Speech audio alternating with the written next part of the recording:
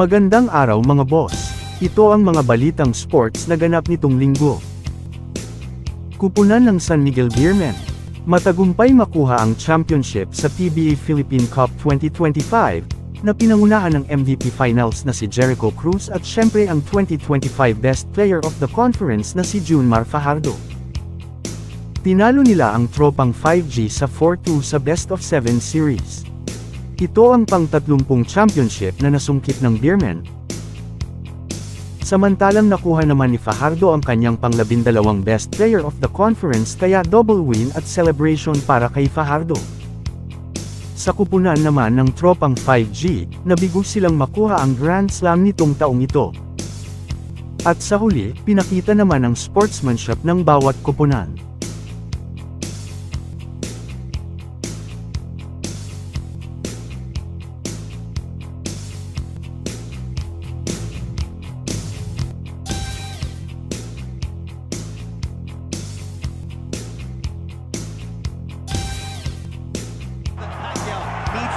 Sa boxing, pagkatapos ng laban ng ating pambansang kamao, Manny Pacquiao kontra Mario Barrios na nagresulta sa isang draw.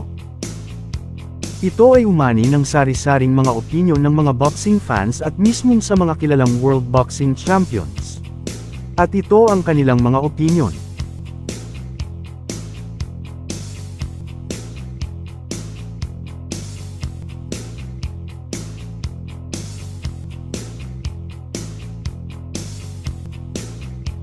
At nagsalita rin ang Hall of Famer na si Bob Arum, CEO at founder ng Top Rank Promotion, na siya ang unang humawak kay Pacquiao as promoter sa mga unang laban nito sa Amerika.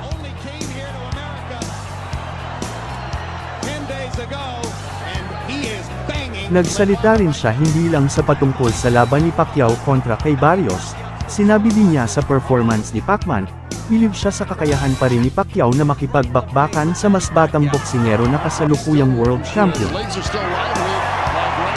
Niyanig muli ni Pacman ang mundo ng boxing.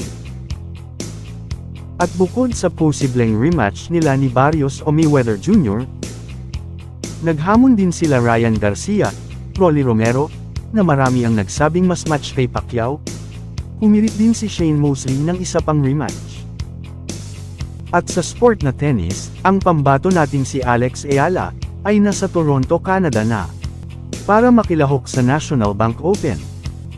Bukas, Lunes ang laban niya sa first round, ang makaharap niya ay si Marketa Vondrousova ng Czech Republic.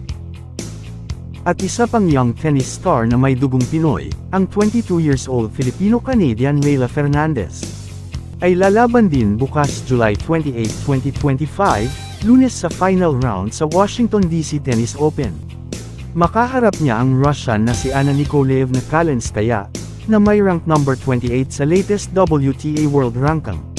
Samantala ang ating pambato ay nasa number 36 sa latest WTA World Ranking. At sa susunod na update muli mga boss. Maraming salamat po.